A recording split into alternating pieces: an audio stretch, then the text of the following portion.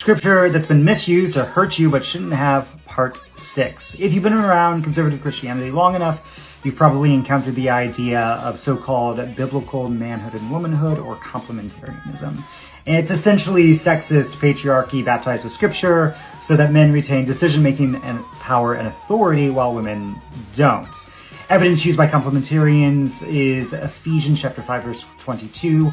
Wives, submit to your husbands as to the Lord. Except, say it with me now, that's not what the text says.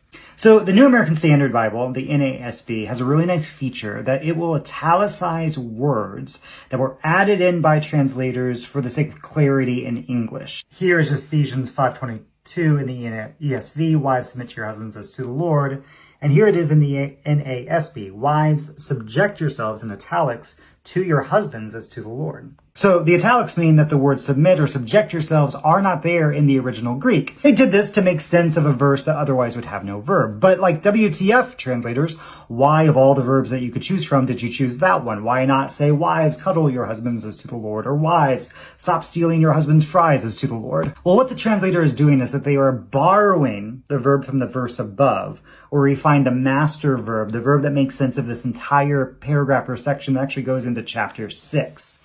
And you may not know that the section actually starts one verse above because Scripture editors will add in section headings to theoretically help the reader along. Those headings are not Scripture, they're not inspired. Somebody arbitrarily sort of chose where to put them.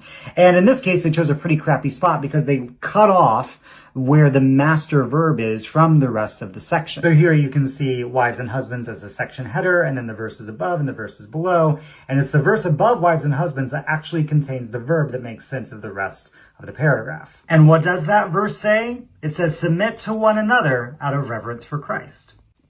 You can see now, first, how grossly misplaced that section header is, and second, where the translators got the word submit for the verse about wives.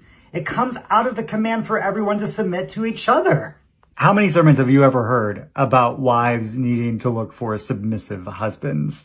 Or how many sermons have you heard of commanding husbands to be submissive to their wives? Theoretically, it should be the same amount as the other way around, because this command to submit is a mutual command for the entire community to submit to each other. To make this section solely about wives submitting to their husbands is the opposite of taking Scripture literally. It makes a mockery out of it, all in the name of sexism and misogyny.